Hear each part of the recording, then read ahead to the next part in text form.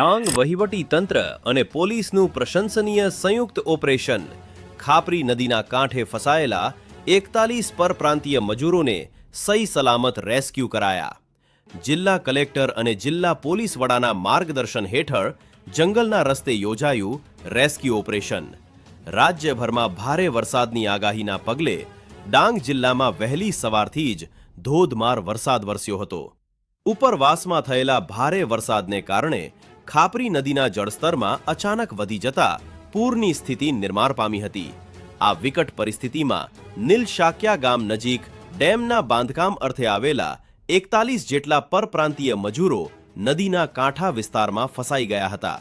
આ ઘટનાની જાણ થતાં જ ડાંગ જિલ્લા વહીવટીતંત્ર અને પોલીસની સંયુક્ત ટીમે ભારે સજાગતા અને તત્પરતા દાખવી તાત્કાલિક અસરકારક રેસ્ક્યુ ઓપરેશન હાથ ધરી તમામ લોકોને સહી સલામત સ્થળાંતર કર્યા હતા.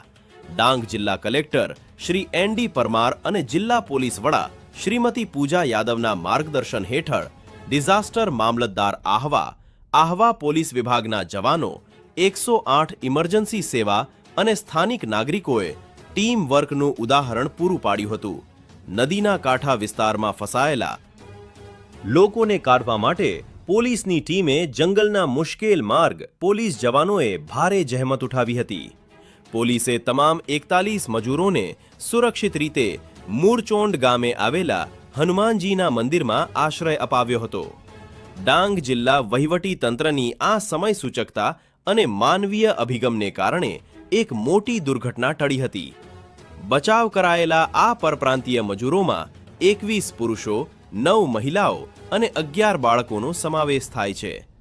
જિલ્લા પોલીસ વડા શ્રીમતી પૂજા યાદવે આશ્રય સ્થાનની રૂબરૂ મુલાકાત લઈને સ્થિતિની સમીક્ષા કરી હતી અને મજૂરો તેમજ તેમના પરિવારો સાથે સંવેદનશીલ સંવાદ સાધ્યો હતો.